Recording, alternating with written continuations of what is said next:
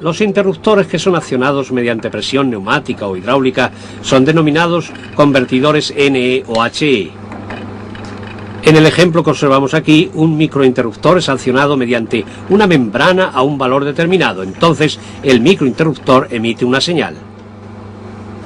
Veamos un ejemplo. Esta bombilla deberá encenderse a una presión determinada. Este es el símbolo de un conmutador de presión, utilizado en esquemas de distribución neumáticos o hidráulicos, y este es su símbolo eléctrico. Veamos cómo funciona. La presión actúa sobre una membrana o sobre un émbolo. Una vez el microinterruptor cierra un circuito y en consecuencia emite una señal.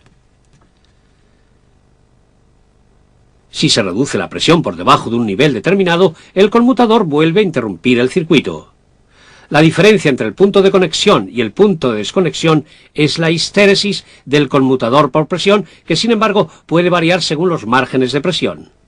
La causa de la histéresis estriba en la resistencia mecánica que tienen las piezas del conmutador a causa de la fricción. Es importante conocer la histéresis de un conmutador, puesto que no es lo mismo conmutar cuando aumenta la presión que cuando se reduce la presión.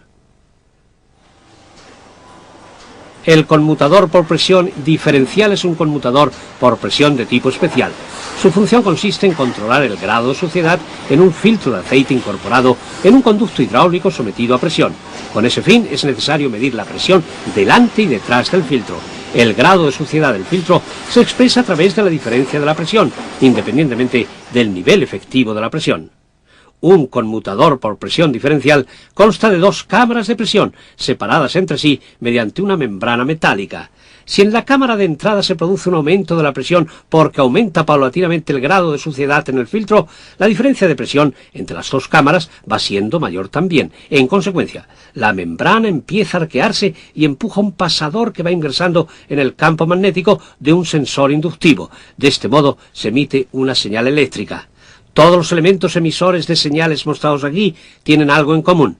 Tanto el interruptor manual, el sensor como el conmutador por presión funcionan cuando actúa una fuerza exterior sobre un elemento emisor de señales cerrando o abriendo un circuito eléctrico.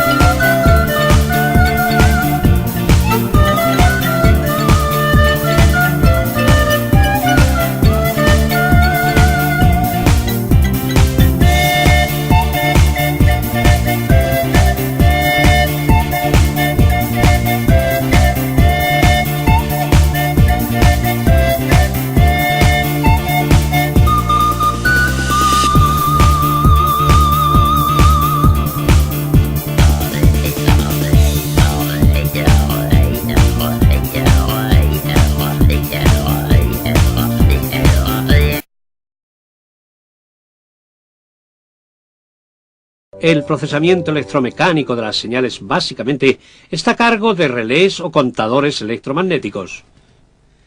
Estas son las partes de un relé: la bobina, el núcleo, el inducido con los contactos. Si fluye una corriente a través de la bobina, se crea un campo magnético con lo que es excitado el inducido y se produce la conmutación del relé.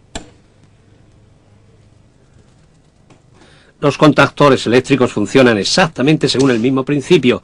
Sin embargo, su construcción permite conmutar potencias de mayor envergadura. Pero insistamos en los relés. El procesamiento de las señales de mando en los relés depende de los contactos y de cómo están configurados. Los relés pueden estar dotados de varios contactos que suelen ser contactos conmutadores. Ello significa que con una señal de mando es posible abrir y cerrar simultáneamente varios circuitos eléctricos.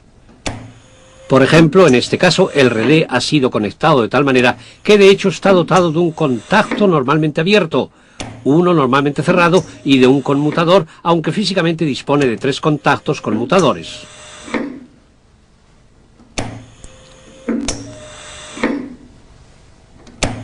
Podemos apreciar que pulsando el botón se provocan varias acciones simultáneas totalmente diferentes.